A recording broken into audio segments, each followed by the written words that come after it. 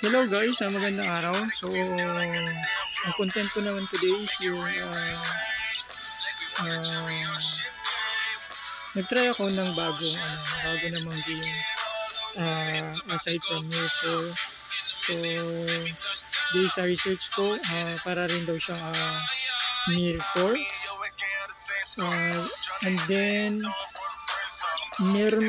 si Nino Kuni crossword is meron sa mga hindi nakakalam siya is yung nag-develop nito isang Netmarble developer. So yung Netmarble developer siya rin yung nag-develop ng Marvel Future Revolution. And then yung Nino Kuni meron siyang so para rin siyang Year 4 na may meron ka makukuhang in-game currency, in-game token. So para siyang token na tinatawag na as Terite tsaka Asterite. Yun, so dalawang token yung binibigay niya. Tapos, so play to earn siya. So wala kang gagastusin na puhunan or something, ilalabas na pera. Ganun. And then, so si Nino Kuni is ano rin siya, para siyang expansion ng Nino Kuni series na movie sa Netflix kung nanonood kayo. And then, so kita nyo naman, mukhang maganda siya. Tapos, syempre, paano ba mag-start nito? Download nyo lang sa Google Play, then magre-register kayo gamit yung email account or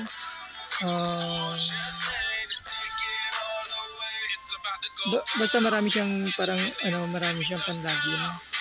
So yung ginamit ko is Gmail kasi yun din yung gamit ko sa Mail 4. And then so ano pa ba, mukhang maganda yung graphics. So nag-register lang ako, then nag-create ng email. Tapos yung email, kapag nag-create ka na kapag nag-register ka na, bibigyan ka ng link sa email, papadala. Tapos i-verify mo yun. Then afterwards, yun, makakalagin ka na. Maggagawa ka lang ng password. Tapos yun, makakalagin ka na nito. Magkakaroon ka ng ganyan. And then, tapos ito na, yung screen. So gagawa tayo ng character ngayon. Yan, so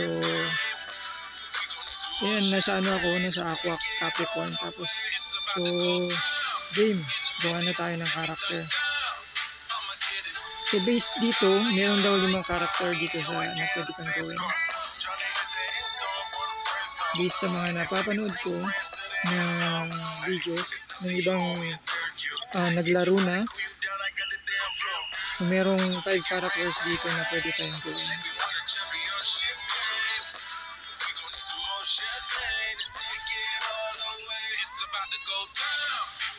So mukhang same lang din talaga siya ng Year 4. May mga story. Yan, so makikita nyo, diba? Yan, so ito na siya. Ito na yan. So then so ano ba yung pipili tayo ng character ngayon. So ito, then ito is ano ba ito?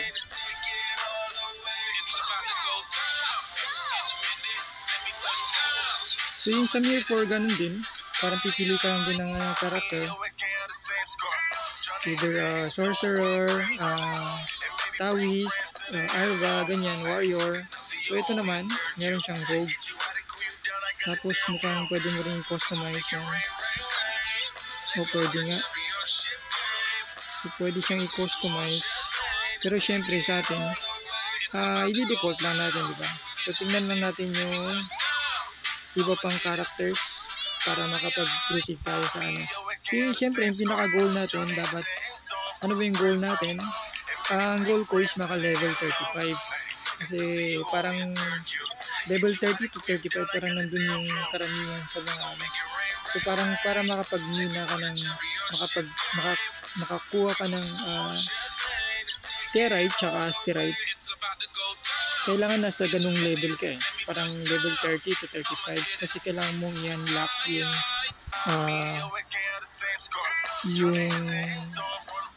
may kailangan kang mga i-unlock like mga missions, parang ganun. So yung isa is yung Chaos Speed na tinatawag. Tapos nasa level 25 yun. So to be safe, level 30 tayo. And then meron ding dailies na tinatawag. Dailies mission. Tapos meron ding familiars. So may tatlong parang yun yung pinaka-main na mission na kailangan natin ma-unlock para makakuha tayo ng mga terite at asterite. So ngayon, so yun yung pinaka-goal natin, maging ganung level. Okay, so ano na nangyari? Okay, so mukhang nag-storyline pa siya.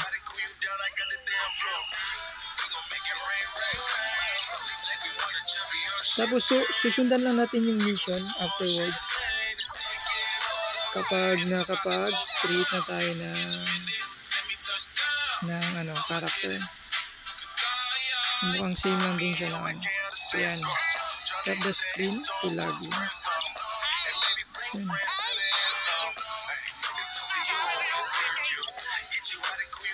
May storyline lang din siya, parang mirror lang din, diba?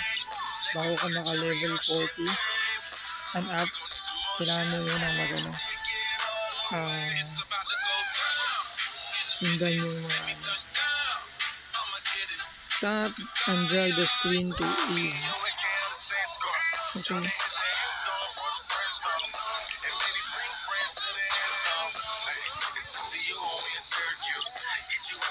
Mukhang maganda yung graphics. Anime yung dating as compared sa Neo 4. Neo 4 kasi more on parang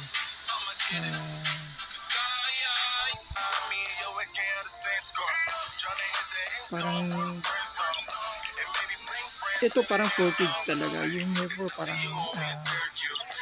for adult na may kasama adult na kids na team, parang gano'n. So yun, so kiklik lang natin to, klik lang, and then so mukhang setting up ng mga ng mga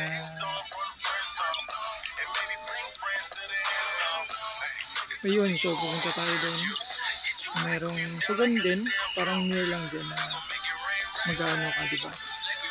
Tapos halos ganito rin sa Mirror 4 so yung parang basic na diba, familiar setup na kailangan mong gawin yung mga ganito. So drag the screen to change the direction. Yan. So pwede kang drag, tapos may map may plug na 22M, diba? So yan, pupuntahan natin yun, 22M. Yan, muna natin. So parang comics lang yung dating, diba? Anime yun. Cute siya na ayun. So na-reach natin, then may 12 dun naman sa taas. Okay, alam ko pag naano to, so magle-level up ka yan, parang ganun din kasi sa Neo 4, pa-level up lang din siya. So susundan mo lang yung mga parang ito na yung part na ito ng mission yung mga storyline lang din so tingnan natin. Tap this button to attack. Yun. Okay, so ito try natin to. Yun nga. So sineset up nila yung set up ng mga ng mga buttons na gagamitin ng player. Diba? Tapos para ka na rin nag-mission, diba? Kailangan natin to patayin para ano, okay, so okay na, then may plug na naman, 34 meters down. So sundan na natin yung plug. Yan. Alam ko pwede rin itong auto afterwards, parang automatic na mission, parang gano'n. Madali lang siya. Kung tutuusin, madali lang siya.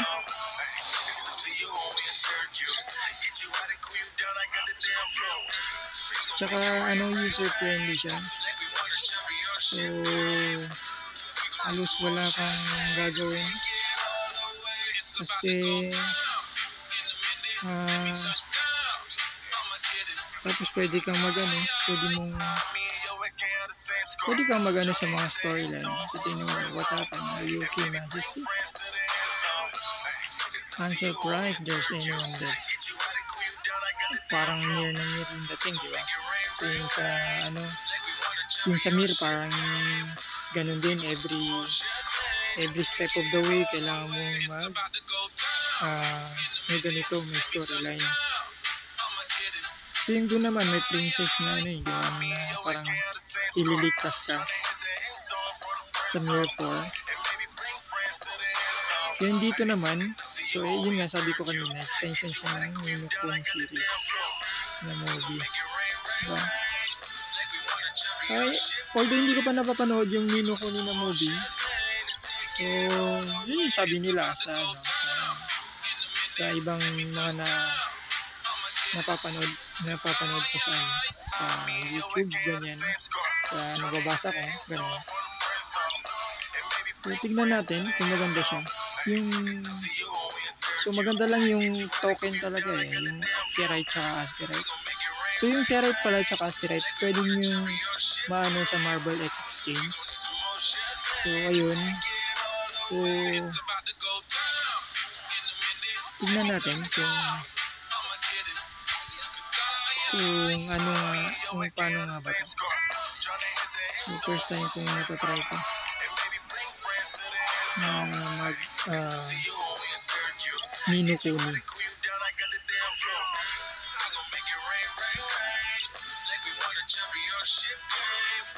Ayun, so nandito na tayo sa main so ito na yun. So then ang gagawin naman natin next is yung paano mag-auto, diba? So confirm. This display mode, the mode can be changed at any time. Confirm. Ayun, so may siya, diba? May tinuturo siya. Touch daw. Name, where are we? Tap here to start test. So touch lang natin yun. So susundan lang natin to. Then so ito na. Yung familiar na itatap na natin. Tapos kung ayaw natin magbasa ng storyline yun, so may nakuha tayo with clue, so may reward na kagad. So dito ang pinakaano natin is magkaroon ng XP. Yan, aside from the Ferrite tsaka Asterite na dapat natin makuha kapag level 30 na tayo, diba? So yan, siyempre para makapag-level up kailangan natin ng EXP experience. So yun, so dapat kailangan yung kunin yun. Okay,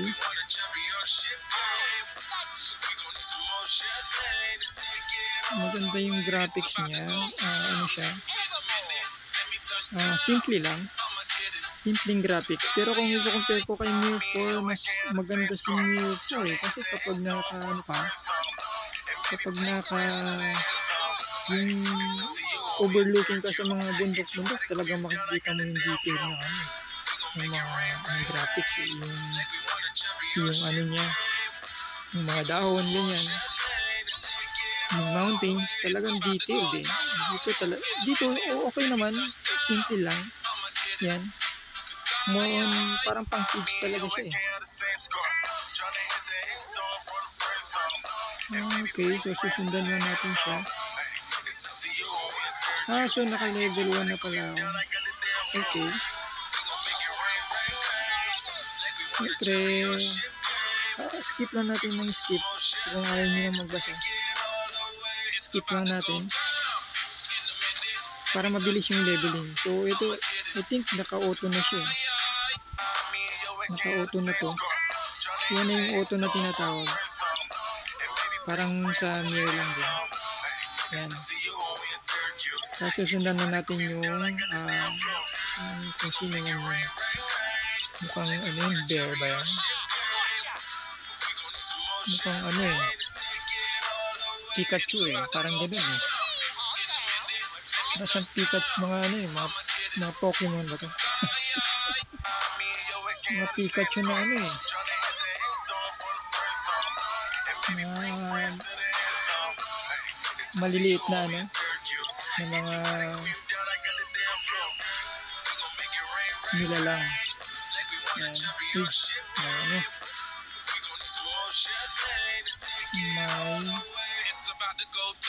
Ano? Pinapakita niya kung paano mag-quest. Parang yung kanina, yung may pinatay tayo ng mga ano, diba? Ng mga mobs, ganyan. Ayan, so kung nakikita nyo, auto siya, ano? Naka-auto siya. Wala tayong ginagawa dyan. Bahala siyang mag-level up, parang gano'n. Okay din ah. Okay din. Wala kang gagawin. Halos wala kang gagawin. Itatap mo lang yung, skip mo lang yung mga ano eh.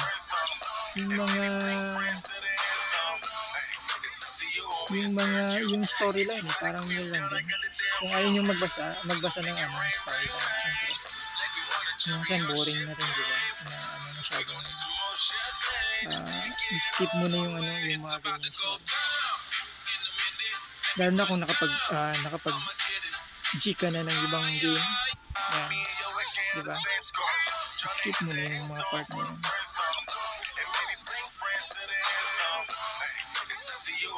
Yan, so napalitan na yung name natin. Kanina player, diba? Naging Biggie 1. Ganun pala yun. So, yan lang natin to. So, yun. So, nakita nyo, mayroon naman siyang binigay sa atin na experience, 2,700. Tapos, may gold na 500. Tapos, may potion din. Parang potion din, diba? Quest complete. Yun, so level 2 na tayo. So, simple lang, diba? Halos familiar talaga yung yung level eh. Ayun guys, so i-touch lang daw natin yung familiar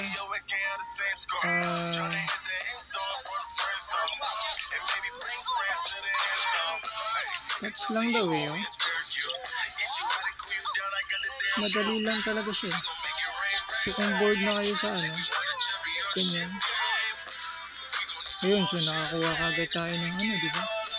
Ng experience, ang bilis lang. So, level 3 na ba ito?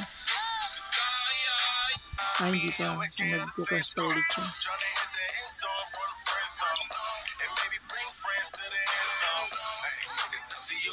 So yun guys, nakita nyo, nag-auto siya, diba? So wala akong ginagawa. Bahala siya sa buhay niya na mag-quest. Dahil naka-auto siya. May defeat siya na itlog ng dinosaur. Itlog ng mysterious egg pala. Okay. Okay din Tapos may Pikachu. May mga Pikachu. Yung storyline. Okay.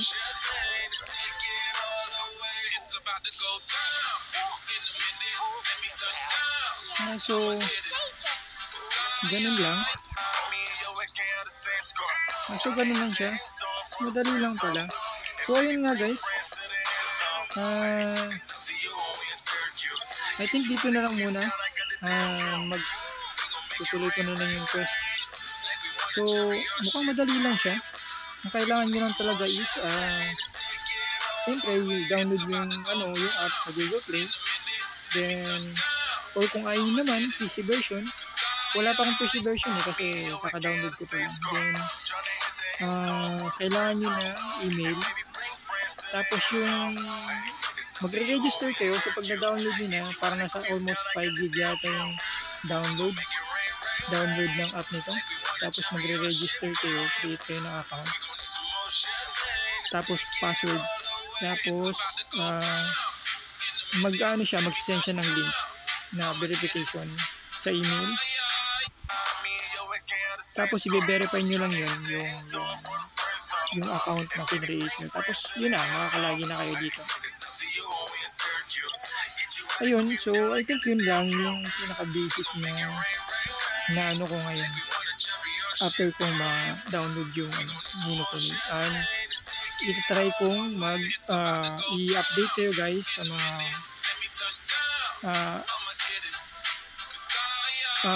next na update sa Nino Kuni account ko. And try natin kung hanggang saan kaya abutin dito. And siyempre, huwag nyo kakalimutan yung goal. Dapat lagi kayong may goal para